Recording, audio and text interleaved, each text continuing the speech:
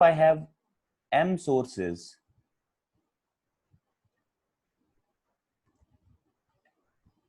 and n destinations, then I can write my transportation problem as minimize summation, double summation, Cij, Xij, I goes from 1 to m, j goes from 1 to n, subject to the constraints summation Xij equal to ai, j goes from 1 to n.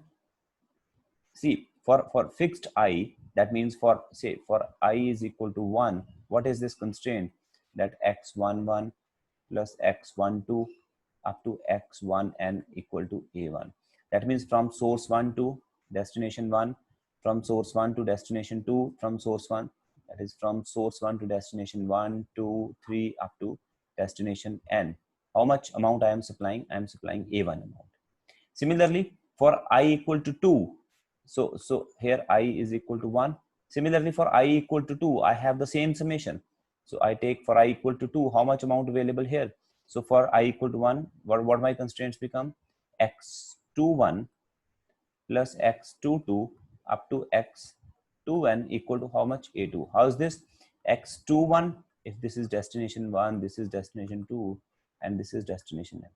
So X21, X22 up to X2n, how much is the amount I am transporting is A2 amount. So on for I is equal to 1 to m, I have the same set of constraints. So this one symbol or one equation, this actually represents m equations for m individual constraints. So these constraints are what I call the source constraints, because in all these constraints, I am supplying all the available amount at the sources to the destinations. Similarly, I have the destination constraints. Xij equal to bj. Here I am taking summation over I equal to 1 to m. Say how much amount I am receiving here. See, if the amount available is b1, you see from here, so again for j equal to 1, what is this constraint? So summation is over I, so it is x11 plus x21 plus x21 plus x31 plus up to xm1. So from 1 1 2 1, if there is another constraint 3 1, and so on. How much all of these sources are supplying? So they are fulfilling the requirement of the first destination, which is equal to b1. So here j equal to 1. Similarly, for j equal to 2 also the same constraints work, and up to j equal to n. So all the n constraints can be represented in this form, and these constraints are what I call the destination constraints. Here xij is my greater than or equal to 0. So this is my general form of transportation form. So this is my general form of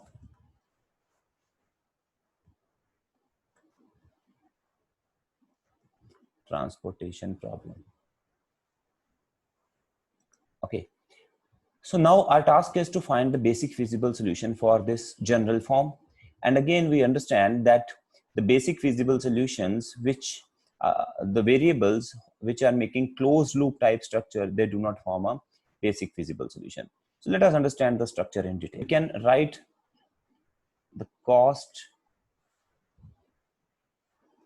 matrix formulation of transportation problem.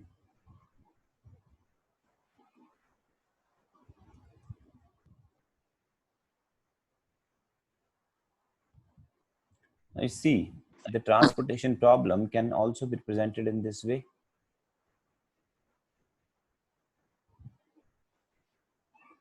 Since we have considered m sources and m destinations, so I would like to represent all these m sources here.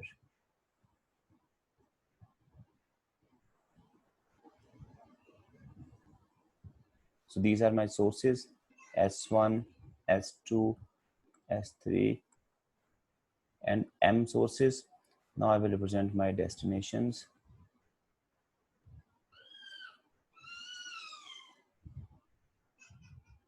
So what are my destinations?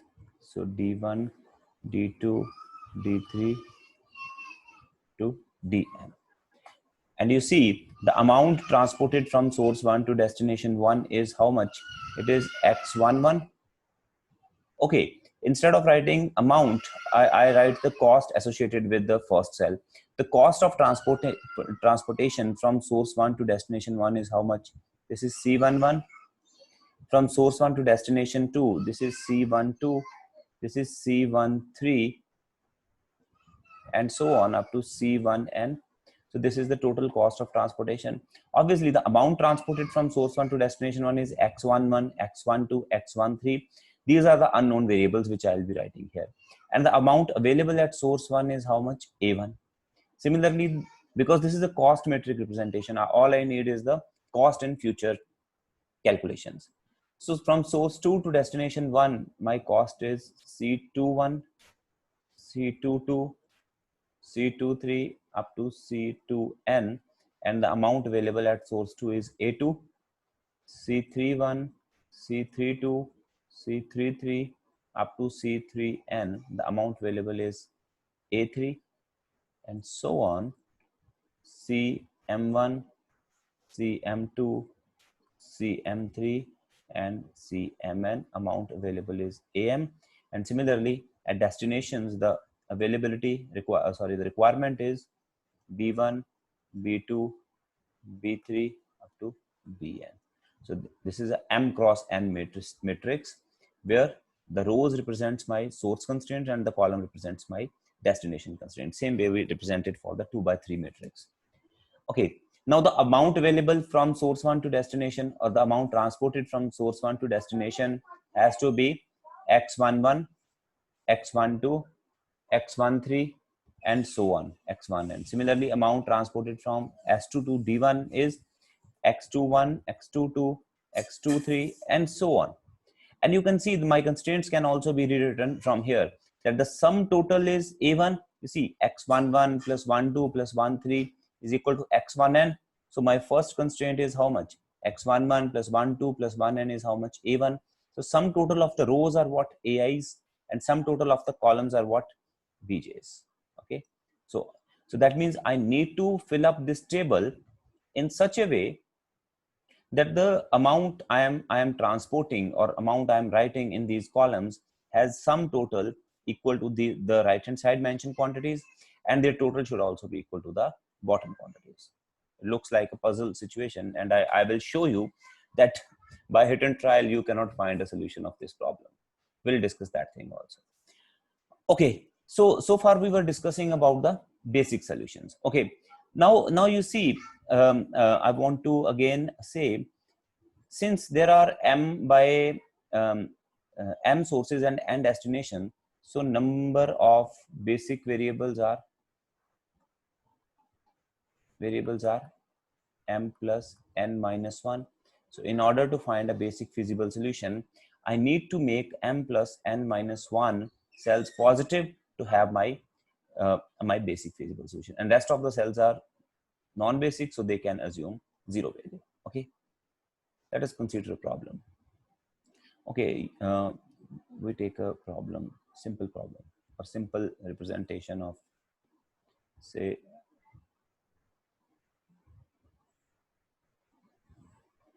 3 by 4, 3 sources and 4 destination, just to make you clear about the idea of basic solutions. So it is 4 sources and 4 destinations.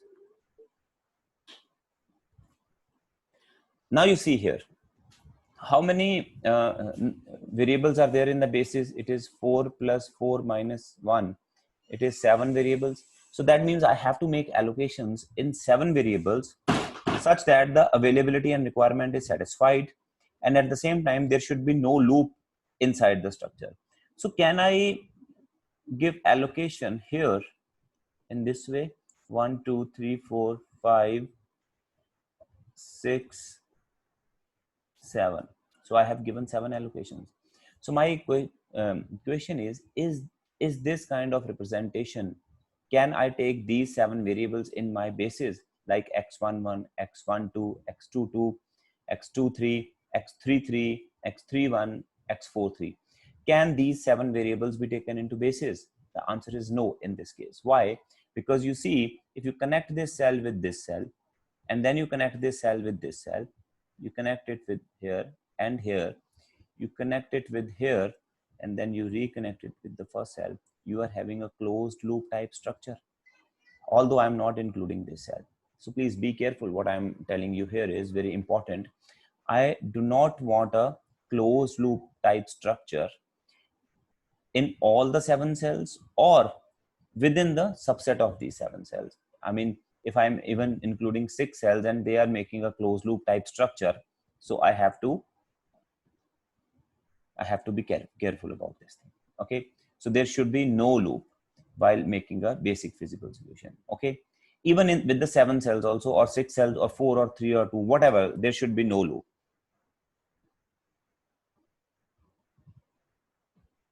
Okay, next.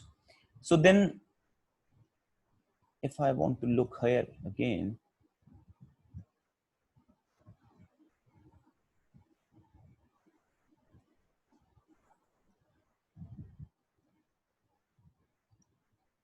I have this situation again. It's 4 by 3, so I can have,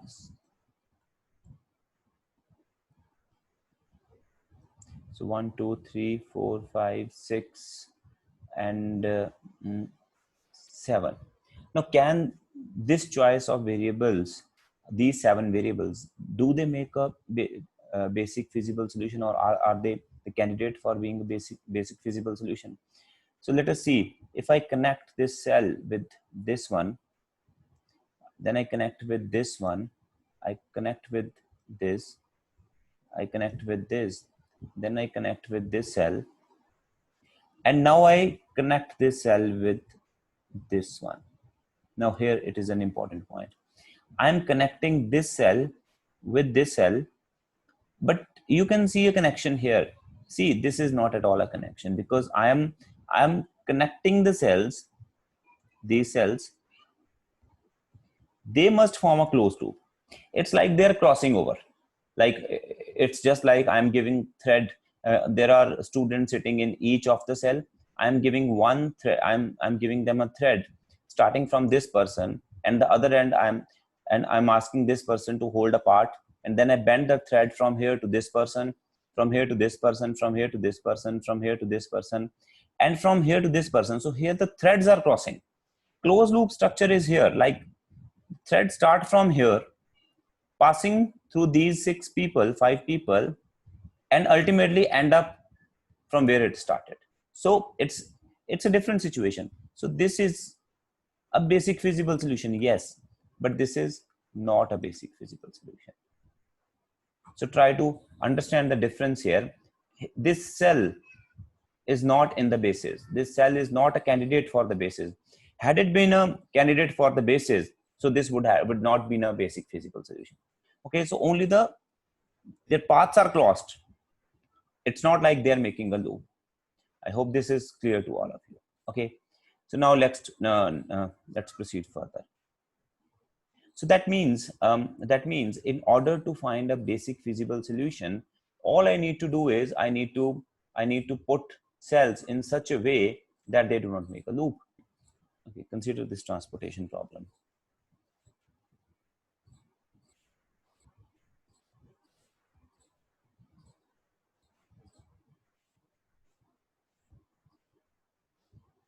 With 3 sources and 4 destinations. I can always represent my transportation problem in this box. Destination 1, 2, 3, 4.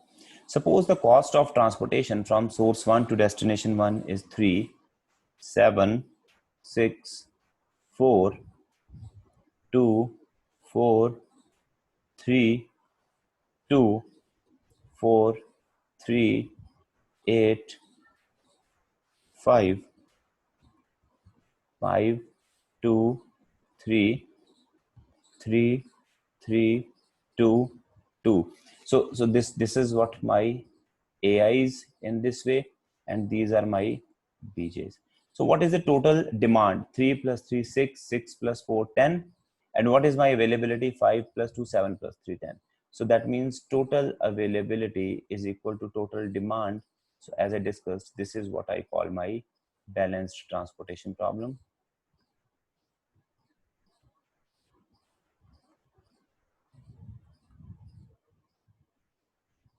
And in this case, whole of my available quantity can be transported to the destinations. Whole of the quantity can be consumed over here. So now the point here is, first question is like a very layman question, that suppose there are 3 shops with S1, S2, S3, and there are 4 houses, like, okay, in your vicinity, say, and they supply apple. Okay, from source 1 to destination 1, the cost of transporting 1 kilogram of apple is 3 rupees. Okay, and from source 1 to destination 2 or house 2, shop 1 to house 2, the cost of transporting 1 kilogram of apple is 7 rupees. So this is the transportation cost, suppose I am given. So my question is, can you find the best schedule so that all the availability and the requirement is exhausted? So you can treat it like a puzzle problem. Sit at home in this quarantine period and you may try, can you find the optimal solution, or at least you find a solution? That is the important point. Okay, and then whatever solution you find, check whether that is the best solution, or can you improve that solution. I bet you cannot.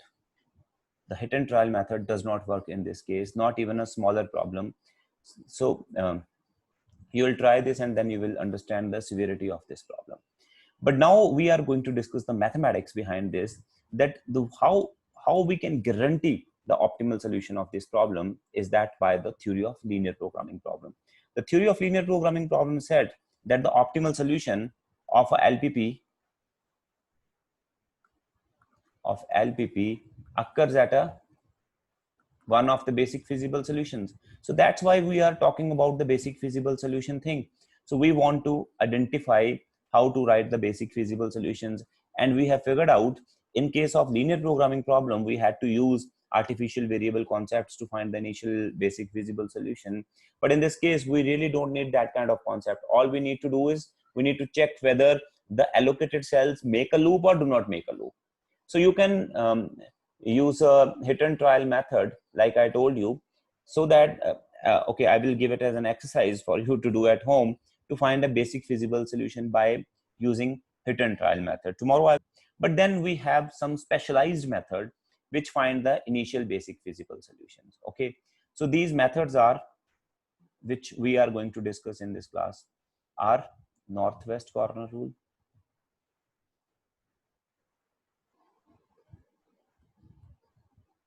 second is least cost method,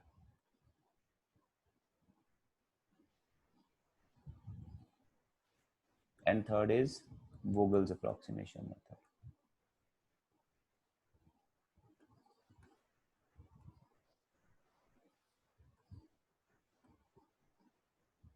Okay, now let us start with the least cost method. Sorry, northwest corner rule.